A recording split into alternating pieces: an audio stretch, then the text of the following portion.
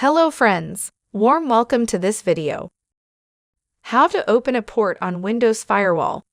Are you trying to allow a program or game through your Windows Firewall, but it's not working as expected? Sometimes, your applications need a specific port to be opened to work correctly. By the end of this video, you'll know multiple ways to open a port, so grab your system, and let's start fixing that port issue right now. Method 1.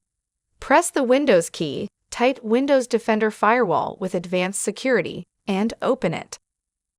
On the left panel, click Inbound Rules. On the right panel, click New Rule. Select Port and click Next. Choose TCP or UDP depending on what you need.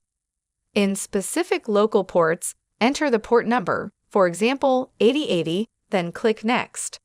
Choose Allow the connection, then click Next.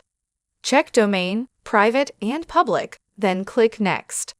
Name the rule, for example, My Custom Port, and click Finish. Method 2. Open Control Panel and go to System and Security. Click Windows Defender Firewall.